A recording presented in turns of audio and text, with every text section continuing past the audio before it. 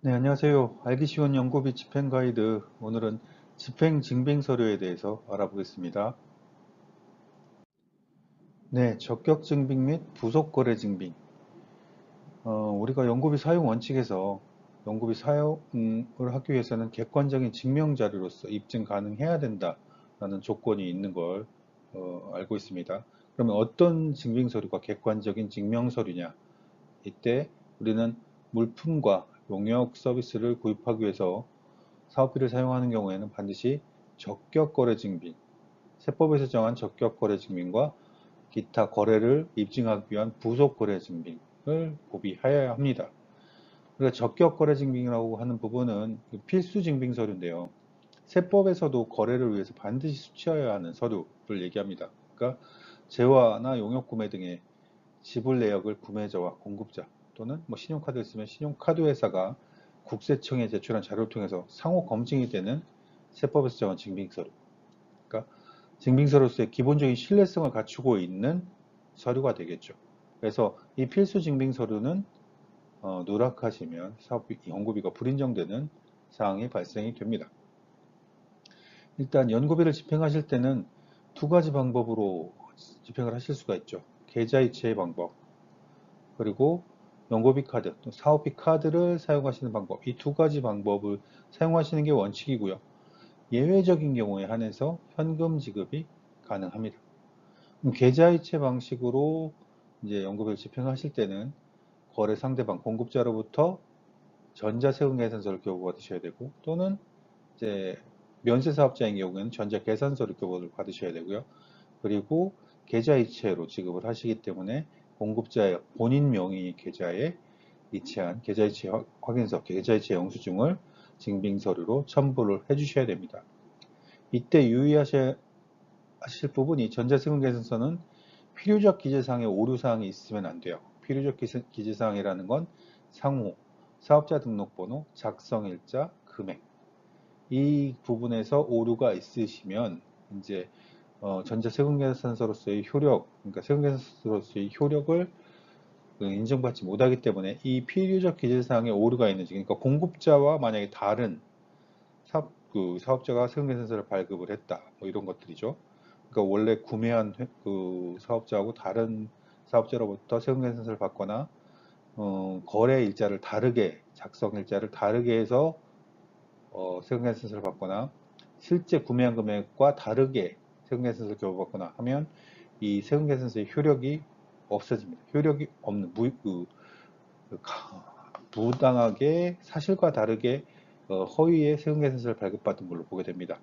그래서 이런 부분들은 유념하셔서 세금계산서를 교부받으실 때 꼭 확인하셔야 되는 사항들입니다.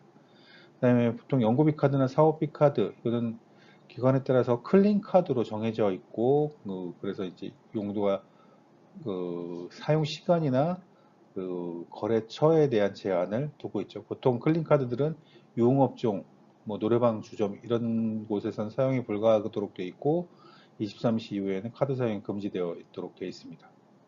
그래서 카드를 사용하게 되면 이제 카드 영수증, 승인 번호가 없는 경우에는 이제 승인이 안 돼 있는 카드 전표이기 때문에 이건 증빙으로 인정이 될 수가 없고요. 승인을 받은 카드 영수증을 첨부해 주셔야 합니다.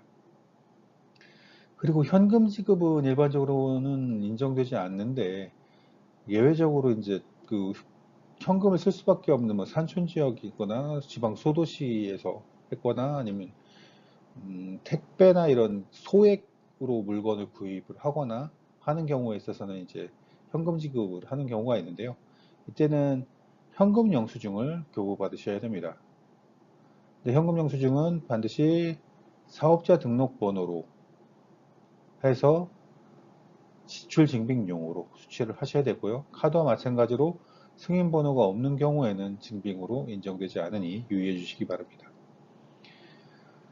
다음은 이제 부속거래 증빙인데요. 이 부속거래 증빙은 세법에서 정한 거래 증빙, 그러니까 거래 증빙은 아니에요. 필수적이지는 않지만 구매 관련돼서는 관련된 절차를 준수하고 사업과 과제와 관련돼서 구입하고 용역이나 물품이 정상적으로 납품되었다는 걸 확인시켜 줄 수 있는 서류들, 이런 서류들이 그 국가 R&D 연구관리 표준 매뉴얼 등에 의해서 요구되고 있습니다. 그래서 어떤 서류들이 부속 거래 증빙인지 보시면 일단 품위서, 기한서, 지출결의서, 이건 이제 내부 결제를 위한 서류들을 얘기하는데요.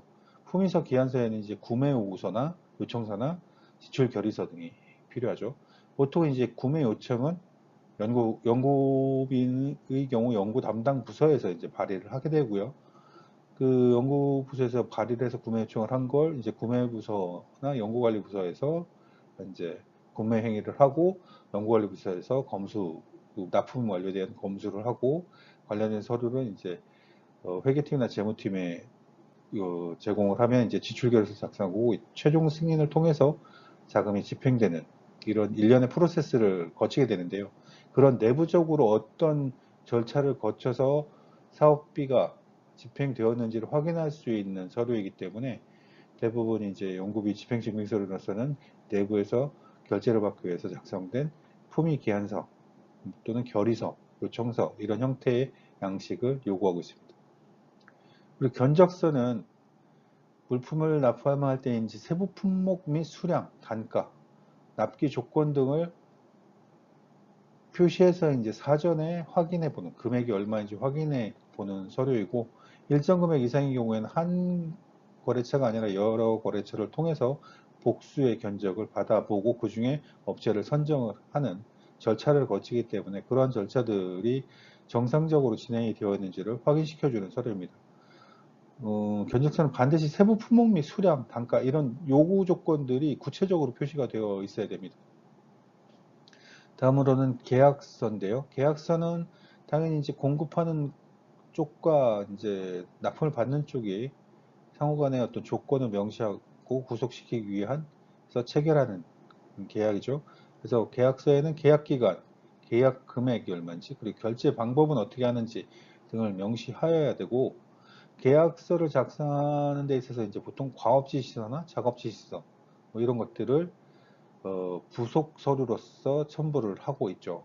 그러니까 과업지시서는 우리가 물건을 구매하거나 아니면 뭐 개발을 외부에 어떤 제작을 맡기거나 개발을 맡길 때 그 어떤 식으로 납품을 할 건지, 그리고 납기는 언제인지, 그리고 우리가 요구하는 성능이 어떤 건지를 구체적으로 명시를 해서 이제 계약을 해야 되겠죠. 그래야 나중에 납품이 완료될 때 이제 결과 보고 할 때, 용역 수행의 결과 보고를 진행을 할 때 과업 요구된 사항에 따라서 납품이 완료가 됐는지 검수를 할 수 있기 때문에 검수를 할 수 있는 구조의 구체적인 과업지시서가 필요합니다. 그리고 우리가 결과보고서나 검수조서는 실제로 과업에 따라서 요구된 과업에 따라서 정상적으로 납품이 진행이 됐는지를 확인하기 위한 서류이기 때문에 과업지시성에 요구되고 있는 성능이나 수량이나 납기나 이런 것들이 다 충족되었는지 확인한 내역들이 나타나야 되겠죠. 그리고 거래명세서나 운송장은 이제 일반적으로 재화를 구입할 때 거래 품목이나 수량 확인을 위해서 이제 공급자가 그 구매자한테 공급받는 자에게 제공하는 서류입니다. 그러니까 납품을 마우스를 10개를 납품했으면 거래 명세서에 공급자가 마우스 10개라는 수량을 기재해서 구체적으로 제시를 하고 그걸 이제 납품받는 쪽, 공급받는 자가 확인하고 보통 거기 거래 명세서에 인수인 서명하도록 되어 있고 하는 서류들이 상호간에 물건을 주고받으면서 납품을 하면서 수량이나 이런 부분에 대해서 이견이 없도록 작성을 하는 서류들이에요. 이게 이제 택배나 이런 걸로 넘어갈 공급이 될 때는 운송장 형태로 이제 자료가 첨부돼서 제공이 되죠. 이걸 보고 뭐 수량이나 내용물에 문제가 있으면 이의를 제기하고 반품을 하거나 아니면 부족한 부분에 대해서 클레임을 걸어서 추가로 납품을 요청하거나 하는 상황이 되겠죠. 그 다음에 이제 사업자 등록증이나 통장사본은 사업자 등록증 사본은 이제 공급자의 업종이나 업력 등을 확인할 수 있는 서류로서 사전에 요청을 해서 이 회사가 정상적으로 이러한 물품을 납품하는 회사인지를 확인해 보는, 그러니까 뭐 과세 사업자인지, 그리고 그 업종이나 업체는 지금 납품하는 품목과 관련성이 있는지, 이런 것들을 확인하기 위한 서류로서 요청이 되고요. 그다음에 통장사본은 이제 공급자의 계좌번호를 확인해서 입금을 해줘야 되기 때문에 입금 오류를 방지하기 위해서 이제 상대방의 통장사본을 받아서 증빙으로 첨부를 해놓는 거죠. 이러한 일련의 서류들이 이제 거래의 객관성을 입증할 수 있는 증빙 서류입니다. 이런 필수 증빙과 부속 거래 증빙에 대해서 구체적인 부분들은 다시 사례를 들어서 설명을 드리겠습니다. 무엇보다도 이런 거래들이 진행이 되면서 증빙과 관련돼서 거래 일시는 반드시 거래한 날짜의 증빙 일자가 일치가 되어야만 돼요. 거래한 일자와 증빙 일자가 달라지면 사실과 다른 증빙 서류가 될 수 있으니 유념해 주시기 바랍니다. 네, 증빙 서류에 대한 샘플을 좀 보여드리겠습니다. 일단 다들 어려워하시는데 기한서, 품위서, 지출결의서 이런 내부 결제 서류도 어떤 형식이냐면 보통 구매 요청서라고 하는데요. 구매 요청서는 그 해당 연구 담당 부서에서 이제 기한을 하겠죠. 어떤 연구에 필요한 어떤 뭘 구매하겠다 하는 기한을 할 거고, 이제 기한자들은 보통 연구 참여 인력이 될 겁니다. 그러면 총 금액이 얼마고 과제명 어떤 과제에서 사용한다? 그러면 뭐 과제에 대한 정보들을 뭐 기록을 해서 나중에 이제 그 해당 과제에 대한 집행들이나 이런 것들을 기록할 수 있겠고요. 그 다음에 어떤 형태의 비용으로 나가는지, 이제 이게 연구시설 장비인지 연구활동비인지 뭐 이런 부분에 체크를 해서 뭐 넘겨줄 수 있겠죠. 그 다음에 구매 세부 항목, 세부 목적, 뭐 어떤 목적, 기술개발 과제 수행 사업계획 표시된 뭘 위해서 이제 구매를 한다라는 거고, 특기사항이 있으면 뭐 언제까지 납품하고 납품은 어디로 하고 뭐 이런 것들, 그리고 구매 품목들에 대해서 기본적으로 금액을 기재를 하게 될 거고, 공급하는 자의 어떤 기본적인 정보들을 기록을 할 거예요. 이거는 사전에 뭐 구매팀에서 가지고 있는 자료일 수도 있고, 우리가 이 새로 이제 그 공급자의 정보를 확인해서 이제 등록하는 경우도 있고요. 보통은 이제 구매 요청을 할 때 몇 개 견적을 받아보고 그 중에서 이쪽 업체랑 거래를 하겠습니다. 라는 이제 결제 서류 형태로 올리게 되죠.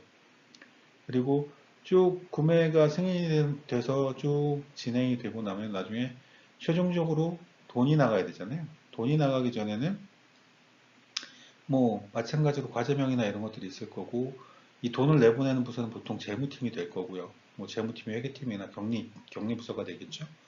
이쪽에서 이제 구매 요구했던 대로 이제 구매를 하고 물건이 나가는데, 재무팀에서는 이제 이 관련돼서 증빙이 뭐가 들어왔는지, 뭐 세금 계산서가 들어온 건인지, 아니면 뭐 계산서 건인지, 아니면 연구비 카드 쓴 건지, 그리고 거래처에 대한 정보는 이제 나중에 사후적으로 이 관련된 증빙 서류가 맞는지를 체크하기 위한 서류들일 거고요. 그 다음에 돈이 집행되기 위해서는 필수적으로 들어와야 되는 게 이제 구매 요청서는 구매 요청을 해서 이제 타고 넘어온 서류들일 거고, 물건이 납품됐음을 확인할 수 있는 아까 우리가 부속 증빙이라고 얘기했던 검수조사나 거래 명세서가 들어왔는지, 그러니까 어느 부서에서 검수가 완료가 됐는지 뭐 이런 것들 확인해야 되고, 세금 계산서가 맞는지 여부를 이제 따져보기 위해서 사업자 등록금 사본이나 통장사본은 여기 입금해야 되는 이 계좌번호를 일치 여부를 확인해야 되기 때문에 이런 건들을 이제 쭉 기재를 할 거고요. 그리고 이제 회계팀마다 다르겠지만 이제 관련된 전표, 이제 회계예상에 어떤 식으로 반영을 할지에 대한 전표까지 처리를 해서 뭐 지출결에 대한 승인을 받거나 하는 경우가 있겠죠. 이 제시된 양식은 샘플입니다. 이 샘플은 이런 용도로 우리가 내부 기한 서류들을 만든다라는 걸 알려드리기 위해서 한 거고요. 형식은 각각 기업마다 다 필요에 의해서 달라질 수 있습니다.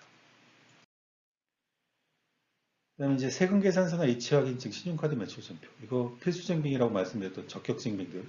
전자세금 계산서는 이제 공급자와 공급받는 자의 정보가 있습니다. 공급자의 중요한 상호, 사업자 등록번호, 그 다음에 공급받는 자의 사업자 등록번호, 그리고 작성일자, 공급가액 및 세액. 이게 정확해야 돼요. 이 외에 나머지 항목들은 오기를 하거나 잘못 기재를 하셔도 이 증빙의 효력은 상관이 없는데, 이 지금 표시해드렸던 부분들은 잘못 기재가 되면 이 증빙의 효력 자체가 상실이 됩니다. 그래서 이 부분은 주의를 해주셔야 되고, 법적으로 적격 증빙이라고 얘기하는 그 부분들은 이 기본적인 정보, 지금 필수적인 정보라고 얘기하는 것들이 다 표기가 되는 것들이 적격 증빙입니다. 그리고 말씀드렸듯이 이 승인번호, 승인이 완료된 전자세금계산서에 부여되는 번호, 승인번호가 있는 서류여야 되고요. 그 다음에 우리가 계좌이체를 할 때는 계좌이체는 그 은행 은행에서 띌 수 있는 서류인데, 이체 확인증에서 꼭 필요한 거는 돈을 수취인의 계좌번호와 예금주명. 우리가 여기서 공급한 사람한테 세금계산서로 보면 이 공급자에게 돈을 주잖아요. 그러니까 실제로 이 공급자한테 돈이 들어갔는지 계좌번호와 그 예금주가 확인이 돼야 되는데, 그게 확인되지 않는 서류들을 종종 제출을 하세요. 이 부분 좀 유의해서 제출을 해주시고요. 신용카드 결제 정보도 마찬가지로 신용카드에는 이제 공급하는 자의 상호하고 사업자 등록번호 이런 것들이 다 나와 있고요. 그 다음에 금액과 일자, 거래 일자가 여기 거래 일시가 다 기재가 되죠. 그러니까 세금계산서의 필수적인 정보들이 신용카드 매출 전표에도 다 있어요. 여기 없는 건 공급받는 자의 사업자 등록번호인데, 연구비 카드는 처음부터 그 카드를 등록하는 자체의 정보가 있습니다. 사업자 등록번호가 있어서 그 정보가 국세청으로 통보가 되기 때문에 이 세금계산서와 동일한 효력을 가질 수 있는 거고요. 마찬가지로 현금 영수증을 받는 경우에도 현금 영수증은 이 카드 전표랑 거의 동일한 형식으로 발급이 되는데, 거기서 확인이 안 되는 게 공급받는 자의 사업자 등록번호죠. 그래서 이제 저희가 개인정보가 아니라 회사의 사업자 등록번호를 제시하고 지출 증빙용으로 현금 영수증을 받아야 이제 적격 증빙으로 인정이 된다는 말씀을 드리는 겁니다. 그 다음에 이제 견적서나 거래명세서 검수조서인데요. 견적서도 세부 품목이나 스펙을 확인하고 그거에 대한 가격을 확인할 수 있는, 이제 좀 구체적으로 작성이 되어 맞는 거고요. 거래명세서인데 뭐 품목의 블랙박스 A 외 몇 개, 뭐 이런 식으로 표시되는 건 거래명세서가 아니에요. 거래명세서는 이 거래를 하고 상호간에 공급자와 공급받는 자가 이걸 주고받거든요, 한 장씩. 거기 서명도 하고. 서명을 하는 걸로 검수조서를 좀 대신할 수도 있습니다. 어느 일정 부분. 그래서 상호간에 이게 명확하게 내가 요청했던 게 물건이 그대로 납품이 됐는지를 확인할 수 있어야 돼요. 그래서 품목명, 규격 정확하게 기재하고 수량도 정확하게 기재가 돼야 돼요. 그리고 단가에 대한 그 부분도 금액이 정확하게 기재가 돼야 우리가 주문한 부분대로 물건이 들어왔는지 확인할 수 있겠죠. 검사조사는 회사마다 양식이 천양지차예요. 하지만 이 목적은 하나입니다. 우리가 요구한 대로 물건이 들어왔는지 확인하는 거예요. 뭐 어떤 건 거래 명세서만으로도 확인이 되겠죠. 여기에 뭐 기성품이면 뭐 블랙박스 10대 해서 요구한 사양의 규격에 블랙박스 10대 들어온 게 확인됐으면 검수가 끝난 거죠. 그럼 뭐 여기 인수자의 서명, 검사자가 서명하고 뭐 이걸 검수조서로 대신할 수도 있겠고요. 근데 이제 성능이 필요하거나 안에 뭐 조립형 PC인데 CPU나 뭐 메인보드나 이런 것들의 성능을 각각 기재를 해서 뭐 요구를 했던 거다 하면 그거에 대한 납품된 성능이 맞는지, 요구한 부품이 들어갔는지를 확인해서 합격 불합격을 얘기를 해줘야 되고, 뭐 개발품이라고 해서 뭐 어떤 성능을 유지해야 되거나 그 기능이 구현돼야 된다 하면 그 기능에 대한 부분을 점검해야 되는 요소, 요인으로 쭉 기재를 해서 이게 합격인지 아닌지 불합격인지를 체크를 하는 이런 형식으로 해서 우리가 납품받은 물건이 요구한 물건과 동일한지를 확인하는 절차입니다. 이런 식으로 이제 작성된 내부 서류를 검수조서라고 합니다.